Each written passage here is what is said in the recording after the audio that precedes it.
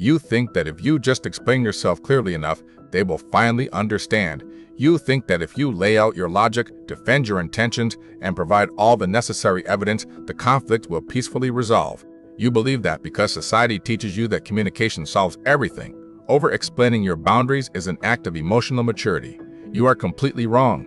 Right now, your nervous system is trapped in a devastating loop of validation seeking. But you are not explaining yourself to build a bridge. You are explaining yourself because your amygdala is terrified of being misunderstood and rejected by the tribe.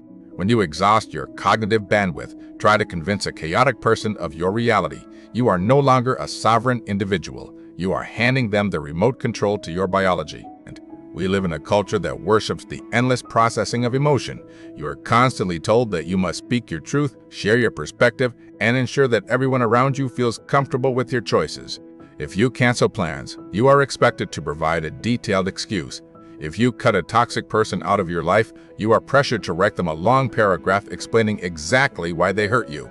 The modern world has convinced the 99% that their personal boundaries require a thesis defense to be valid. But behavioral psychology and the study of human neurobiology reveal a brutal, unyielding truth. Explaining yourself to people who are committed to misunderstanding you is not an act of kindness. It is a severe metabolic drain that destroys your internal peace. When an average person makes a controversial decision or sets a firm boundary, their brain immediately registers a threat. For thousands of years, human survival depended entirely on being accepted by the tribe. If the tribe misunderstood you, if they thought you were selfish or dangerous, you were exiled. And in the primitive world, exile meant certain death.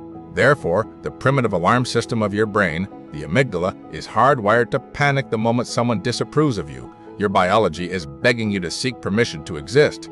When someone questions your actions, your amygdala floods your bloodstream with cortisol. It creates an intense, burning sensation of anxiety in your chest. To relieve this unbearable physical tension, your brain desperately seeks external validation. It forces you to open your mouth. It forces you to type out that massive text message. It forces you to list all the logical reasons why you did what you did, hoping that the other person will nod, validate your perspective, and signal to your amygdala that you are safe from exile. But you belong to a different breed of human. You have realized that this primitive biological reflex is entirely obsolete in the modern world. You do not need the tribe's approval to survive, and you refuse to let an ancient neurological glitch dictate your behavior. When you choose absolute silence instead of a desperate explanation, you are executing an elite cognitive override. You feel a cortisol spike. You feel the primitive urge to justify your existence, but you use your prefrontal cortex, the advanced, calculating architect of your mind, to shut the alarm down. You look at the person demanding an explanation, and you give them absolutely nothing. No defense, no apology, no context. You simply let your action stand as a monolith. This is the psychology of Stoic silence, and it is the ultimate declaration of psychological sovereignty. To master this level of emotional control, we must first perform an autopsy on the hidden economics of human interaction. Everything you do costs metabolic energy. Your brain consumes roughly 20% of your body's total energy, and intense emotional processing is the most expensive cognitive task you can undertake. Your attention is a currency. Stop giving it to beggars. When you sit down to explain yourself to someone who has already made up their mind about you, you are engaging in a massive transfer of wealth. You are taking your finite, highly valuable cognitive resources, your focus, your emotional stability, your time, and you are burning them to heat a house that does not belong to you. You are trying to translate your complex internal data into words, organizing it logically, and projecting it outward. But here is the clinical reality. The person on the other side is not processing your data. Toxic individuals, manipulators, and highly reactive people do not listen to understand. They listen to reload. They are scanning your explanation exclusively for vulnerabilities, inconsistencies, and emotional hooks that they can use to drag you back into their chaos. When you explain yourself to a manipulator, you are literally handing them the ammunition they need to destroy your peace. If you tell them, "I am not attending the event because I am feeling exhausted and I need to protect my mental health," you think you are being vulnerable and honest. But the manipulator's brain translates that as, they are emotionally compromised and easily guilt-tripped. They will immediately attack your explanation. They will tell you that you are being selfish, that everyone else is tired too, and that you are abandoning your obligations. Never give a predator the map to your insecurities. The moment you respond to their counterattack, the trap snaps shut. You are now in a defensive position. You are fighting to prove your reality to someone who actively benefits from distorting it. The manipulator has successfully outsourced their internal chaos onto your nervous system. They have made you responsible for managing their emotional state. This is why the sovereign individual never justifies their boundaries. A boundary is not a negotiation. It is a statement of operational reality. When you say no, that is a complete sentence. If they ask why, you do not provide a list of reasons. You simply repeat the boundary, because that is what I have decided. This level of unyielding silence absolutely terrifies manipulative people. Narcissists and emotional vampires survive by extracting what clinical psychology calls narcissistic supply. This supply is generated whenever they can force you to alter your emotional state based on their actions. If they can make you angry, if they can make you cry, or if they can make you desperately explain yourself, they feel powerful. They feel like they exist. Your silence starves their ego to death.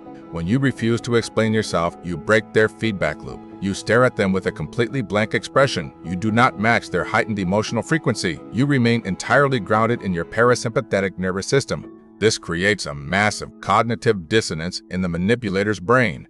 They throw an emotional punch, fully expecting you to stumble backward and defend yourself. Instead, the punch hits a solid concrete wall. The impact shatters their own hand. Because they cannot extract any data from your silence, they cannot predict your next move.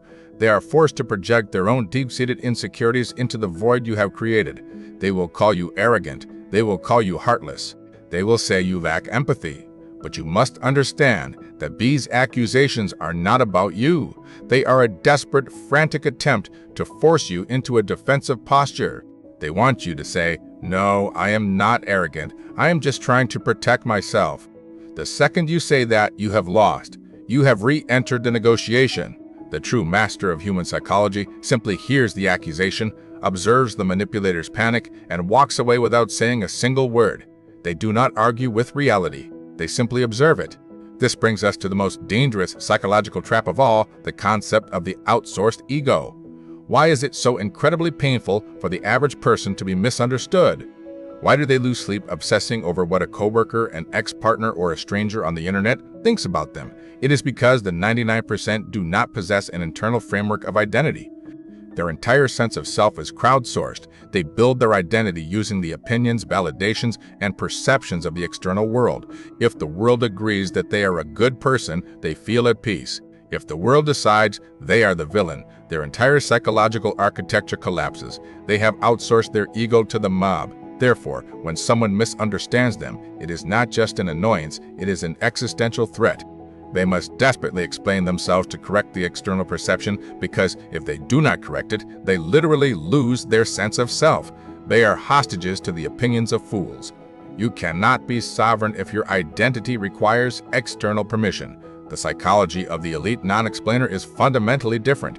You have built a fortress of internal data verification. You have spent years auditing your own flaws, your own motivations, and your own values. You know exactly who you are, what you are capable of, and why you make the decisions you make. Because your data set is generated internally, it does not require external peer review. If someone looks at your boundary and decides that you are a terrible, selfish person, it does not trigger a biological panic in your brain.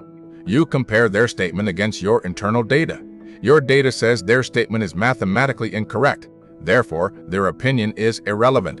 You look at their misunderstanding the same way you would look at someone claiming that gravity does not exist. You do not waste your metabolic energy screaming at them to prove that gravity is real. You simply watch them jump off the cliff and let reality teach them the lesson. You must become comfortable with letting people be wrong about you. This is one of the highest echelons of psychological mastery. Let them paint you as the villain in their victim narrative.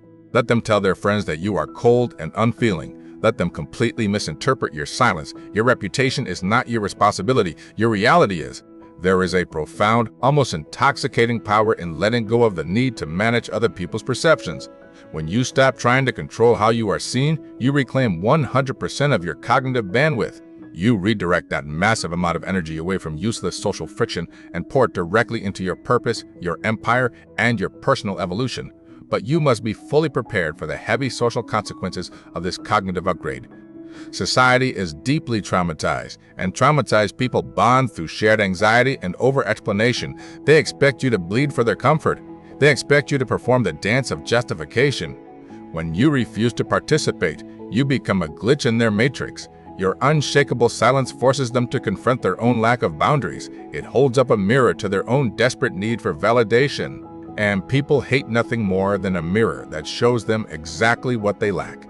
They will attempt to isolate you. They will attempt to shame you into compliance. Your peace will deeply offend their chaos. You must relentlessly protect your mental territory. Stop apologizing for taking up space. Stop softening your words to make your boundaries more palatable for weak people. Stop offering a thesis defense every time you make a choice that prioritizes your own survival over their convenience. The people who are meant to be in your life, the high-tier individuals who operate on your frequency, do not require a detailed explanation to respect your boundaries. They understand the language of self-preservation. Anyone who demands that you constantly justify your existence is not a friend, not a partner, and not an ally. They are a liability. You belong to a rare minority of humans who understand that true freedom is not the ability to do whatever you want. It is the ability to do it without seeking permission. You have recognized that your internal state is the most valuable asset you possess, and you guard it with lethal precision. You do not trade your peace for their understanding. You do not lower your frequency to make their static sound better.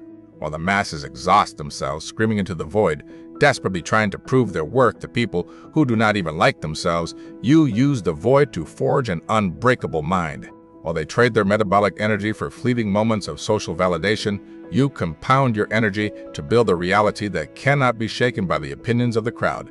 That is not arrogance. That is the pinnacle of emotional sovereignty. And sovereignty is the quiet superpower that changes everything. If you listened to this clinical breakdown and felt a profound sense of relief, you are already part of the elite minority that prefers the cold truth over a comforting lie. Subscribe to the channel. Stop explaining yourself. Guard your peace. Build your legacy. See you in the next protocol.